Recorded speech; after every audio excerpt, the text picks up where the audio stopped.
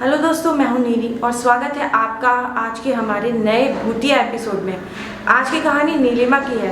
बचपन से ही नीलिमा का कोई भी नहीं था सिवाय उसकी बड़ी बहन के। उसकी बड़ी बहन ने ही नीलिमा को बचपन से पाला था।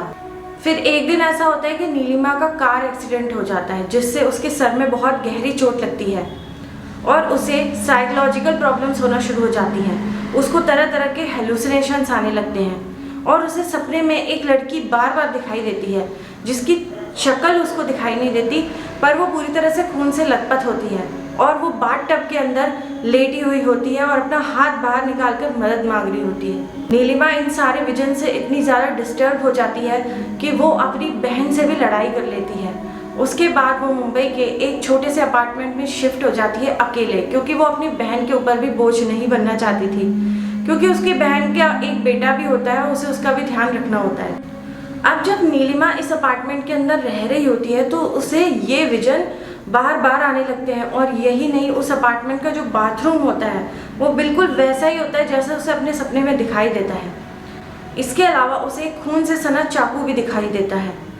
इसके अलावा नीलिमा को हमेशा अपने कमरे में एक आदमी की परछाई दिखाई देती है, लेकिन जब वो उठकर देखती है तो आसपास कोई नहीं होता। अब एक दिन जब नीलिमा सो रही होती है तो अचानक उसे एहसास होता है जैसे किसी ने उसका मेन गेट खोला है, जबकि वो उसे लॉक करके सोई थी।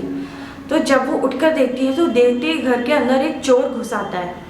नीलिमा तुरंत चुपचाप से किचन में जाती है, एक चाकू उठाती है और उस चाकू को लेकर उस चोर को पीछे से जाके स्टैब कर देती है। वो आदमी वहीं पर गिर जाता है।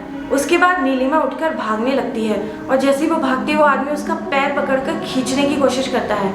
ऐसे में नीलिमा नीचे गिर जाती है और हाथापाई में उसको भी कई जगह पर चाकू से लग जाती है, पर जैसे तैसे नीलिमा उस आदमी को स्टैब करके ख़त्म कर देती है। उसके बाद नीलिमा अपने बाथरूम में भागती है और वहाँ जाकर वो उसी बाथ टब में जाकर बेहोश होकर गिर जाती है, और जब उसे होश आता है तो वो उसी बाथ टब में पूरी तरह से खून से लथपथ होती है और अपना हाथ बाहर निकालती है।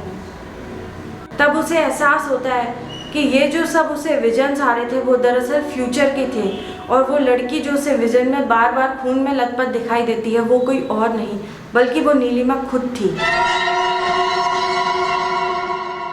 अगर आपको ऐसी और भी हॉरर स्टोरी सुननी है तो प्लीज़ इस चैनल को लाइक और सब्सक्राइब ज़रूर करें।